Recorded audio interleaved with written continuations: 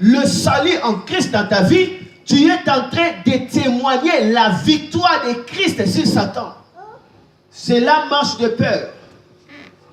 Lorsque tu témoignes le salut en Christ, donc tu témoignes ta position en Christ, tu es en train directement de témoigner le sang de l'agneau. Donc, le sang de l'agneau et la parole de témoignage, c'est la même chose, ça marche ensemble. Tu ne peux pas séparer le sang de l'agneau et la parole de témoignage.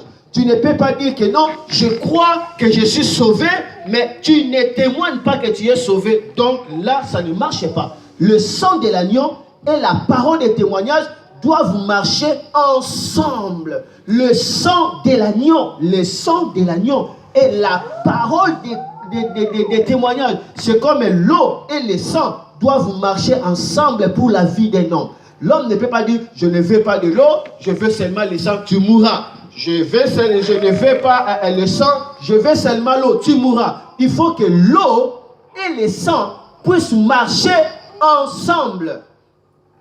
L'eau et le sang. C'est pourquoi lorsque Jésus-Christ était mort, on l'a percé, il y avait l'eau, il y avait le sang. Le sang, c'est le sang de l'agneau. C'est ça la vie de Christ.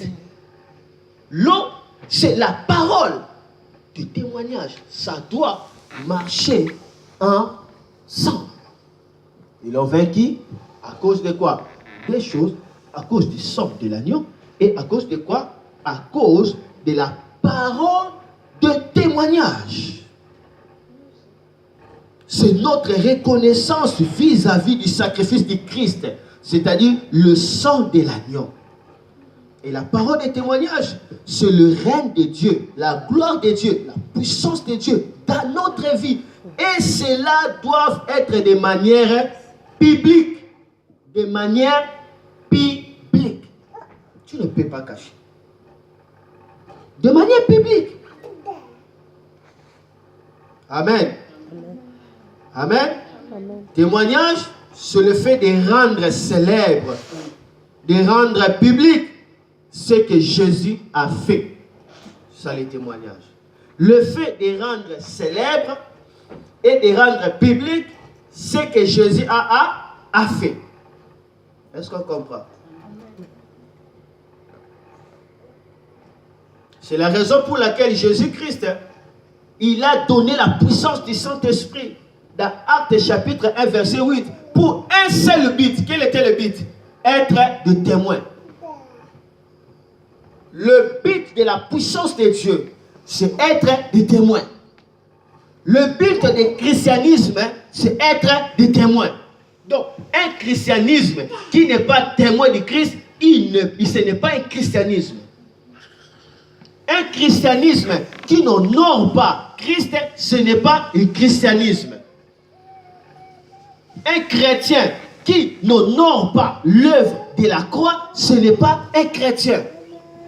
Un chrétien qui ne témoigne pas, ce n'est pas un chrétien. Qui ne rend pas visible son salut en Christ, le règne, la puissance, la gloire, le sacrifice de Christ en lui. Il est public ça. Il n'est pas un chrétien. C'est un religieux. Parce qu'avec le religieux, il est là, il est dans le fétiche, il est aussi dans l'église. De religieux. De religieux ne verront pas Dieu, car ils cherchent à atteindre Dieu par leurs efforts.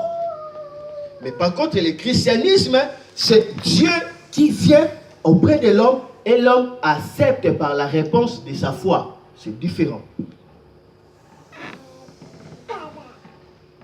Aujourd'hui, c'est la Pâque. Voyons ce que le Saint-Esprit nous a mis à cœur.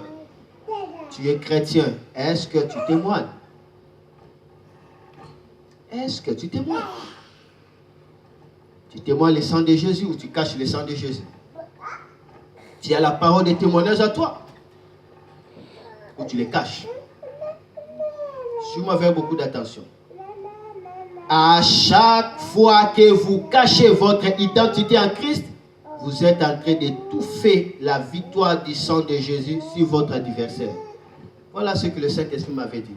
Le Saint-Esprit m'a dit, à chaque fois que vous cachez votre identité en Christ, vous êtes en train tout simplement d'étouffer la victoire du sang de Jésus-Christ sur votre adversaire. Ils l'ont vaincu à cause du sang de l'agneau et de la parole de leur témoignage.